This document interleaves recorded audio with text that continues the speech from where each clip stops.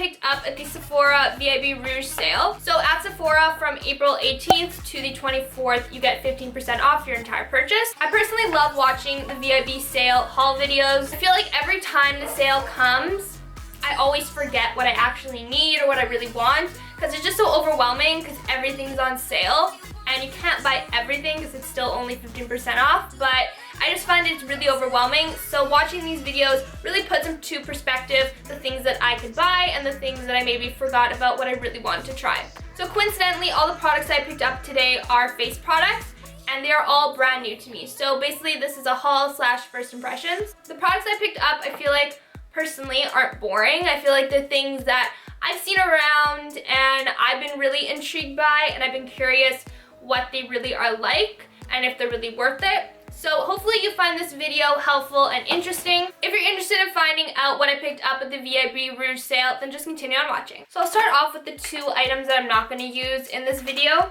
The first product is the Mercier Little Puff. I got this for my kit so that when I'm doing people's makeup, let's say if I've already done their foundation and I have to do their eyebrows or apply lashes or anything where my hand is going to lean against their face, I can use this so that I don't smudge the makeup. The other item that I picked up today that I didn't use in this video is the Huda Beauty Samantha No. 7 lashes. The reason that I didn't use these in today's video is because the eye look that I did has a lot of glitter on it and I didn't want to ruin these just yet. I also did my eyes and my eyebrows prior to this video because all the products that I picked up today were for my face. I'm just gonna pull my hair out of my face. The next product that I picked up was the Farsali Rose Gold Elixir. I believe just recently Sephora started to carry this brand. I'd seen this product being used multiple times on Instagram and it seemed like it was a very hyped up product, but once I saw it at Sephora, I thought I would just give it a try. It was easy, accessible, and it was 15% off. But once I read what this product actually was for, it did really intrigue me. The ingredients seem like they're pretty good for your skin,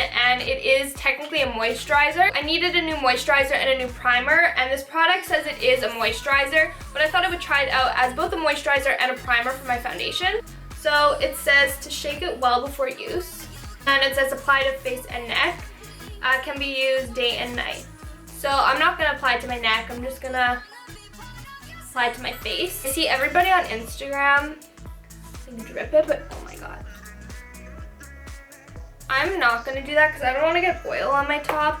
So I'm just going to take like 3 little drops. I don't know if that's too much. So there's like little pieces of gold in there. Okay, that was not enough. We're gonna try this. Okay. And I'm dancing on to your heartbeat. And when you're gone. So this does feel really nice on the skin.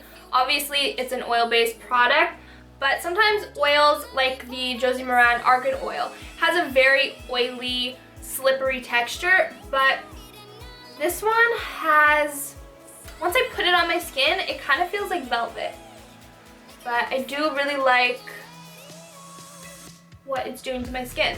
So the next product I picked up is a foundation. This is the Josie Maran Vibrancy Argan Oil Foundation Fluid. I've seen so many mixed reviews on this foundation. I do know that Jaclyn Hill raved about this foundation last year. She says that she has dry skin and so do I, but just because we both have dry skin, our skin both can be very different from each other. And I have seen that Kathleen Lights hated this foundation and she also says she has dry skin. So I really wanted to try it out. I thought this would be nice for the summer. I'm not sure how thick this foundation is. I know it's not a light coverage, but I'm pretty sure it's a medium to full coverage foundation. So we'll give it a try. I have a feeling I should try applying this with a brush before a beauty blender. So that's what I'm gonna do. I'm gonna use my Morphe M439 buffing brush. Because there's oil in this, I'm just gonna shake it just in case it's separated at all. I don't want it to come out all liquidy. So I'm just gonna pump this on the back of my hand. It's an interesting consistency. It actually looks kind of thick. So the color's nice.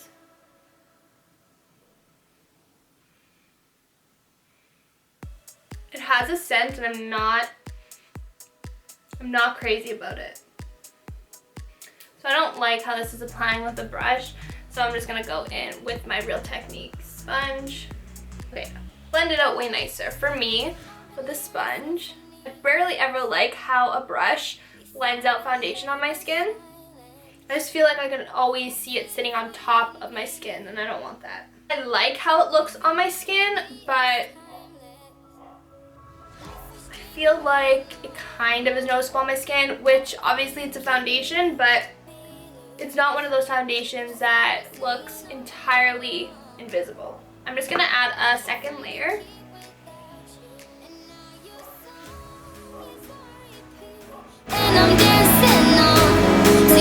I like this foundation, but I don't love it.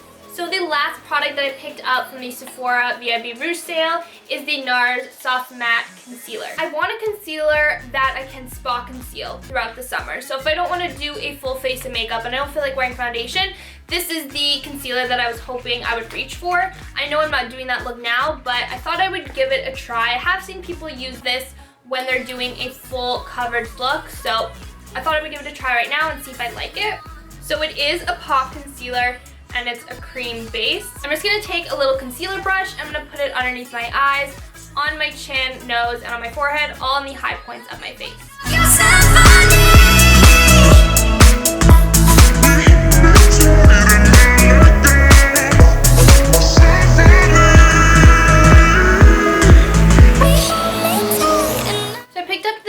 Chantilly, which is actually pretty good. It's not too bright, it's not that much lighter than my skin that it's going to give me a really bright highlight, but that's okay because what I want to use this for, I don't want it to be that much lighter than my skin's because I want it to look natural. So I'm going to try using my beauty blender first and then I'll see how it goes from there.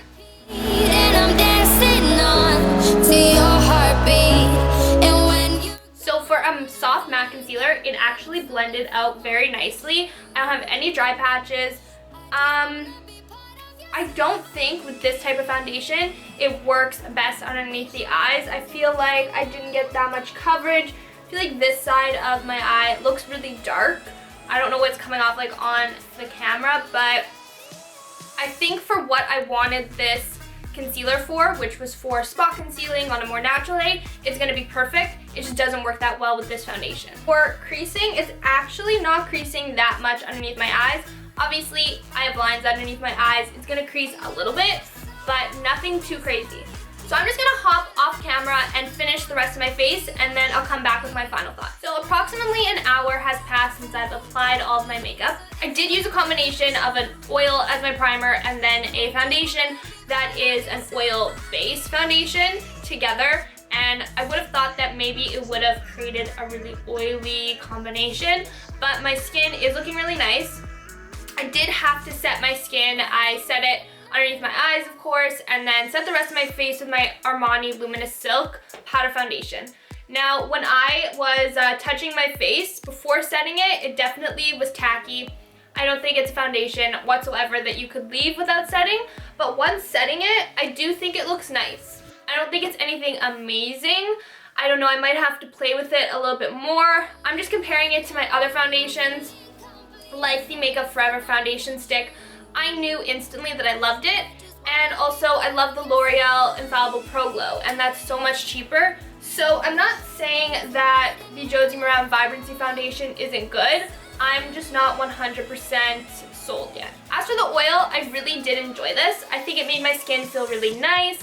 It was a little bit tacky, which meant that it can work as a primer and it will adhere to foundation. So for a first impression, I am very impressed and I definitely am going to keep using this. And lastly, for the concealer. I think the concealer looks pretty for a matte concealer. It definitely was not drying, and it probably had to do with using very hydrating products prior to using this. But I think this is really going to work out well for just a no foundation day. But I'm definitely going to have to try that out and see if it really works out. But I have high hopes for this. I also really like the color of this. Because I am fair, sometimes the lightest shades in a product line are either too dark or they're too pink or too yellow.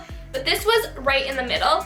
It definitely was, I'd say, a half a shade lighter than my skin tone, which is perfect for no foundation day because I don't want something that's highlighting, because then you'll see the difference between the concealer and my skin. Hopefully you enjoyed watching what I picked up at the VIB Rouge sale and it gave you some ideas. The sale continues until April 24th, and I think it's a perfect time to pick up those little things that you really need or that you just want to try out because you get 50% off.